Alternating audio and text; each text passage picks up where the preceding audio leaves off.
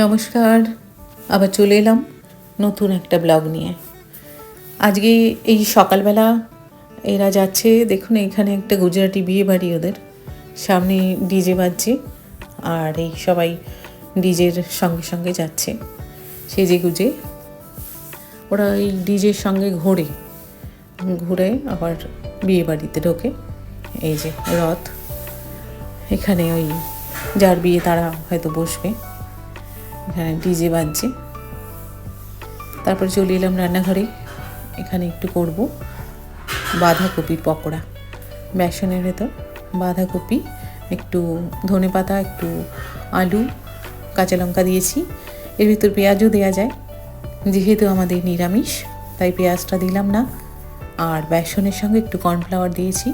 Cornflour বেসনের মধ্যে দিলে একটু মুচমুচে ভাবটা ভালো লাগে, ক্রিস্পি টাইপের হয়। আর এই যে কাঁচা লঙ্কা একটু বেশি করে দিলে ঝাল ঝাল লাগে, পকোড়াতে খেতে ভালো লাগে।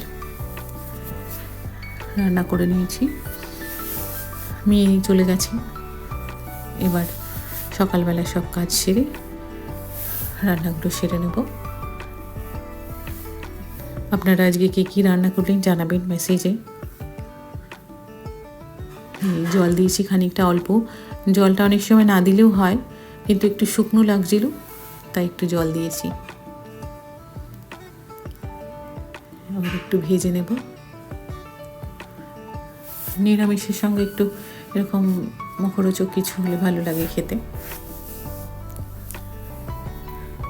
পকোড়া করেছিলাম আর ডাল করেছিলাম আর সয়াবিনের তরকারি। আজকের মেনু ছিল এগুলোই। আর চাটনি একটু করে রেখে দিই, নিরামিষের সঙ্গে চাটনিটা একটু ভালো লাগে খেতে। আমাদের এখন হয়ে গেল তাও 1 সপ্তাহ, আরও 1 সপ্তাহ বাকি আছে। নিরামিষ খেতে হবে এখনো, তারপরে তো কাজ, বাড়ি তো আর যেতে পারবো না। কোনো অকেশনে এই দূরে থাকলে বাড়ি যাওয়া যায় না। আসলে এখানটা অনেকটাই ডিস্ট্যান্স। আমার বাড়ি সেই ইস্টে আর এটা থাকি আমি ওয়েস্টে। ইন্ডিয়ার দুপাশে দুটো জায়গা, যার জন্য বাড়ি যাওয়া যায় না, অনেকটা টাইম লাগে যেতে। সব সময় মেয়ের পড়া থাকে, কলেজ থাকে, তারপর হাজবেন্ডের ছুটির ব্যাপার থাকে। যদি ভালো লাগে সাবস্ক্রাইব করে দেবেন, ভালো থাকবেন।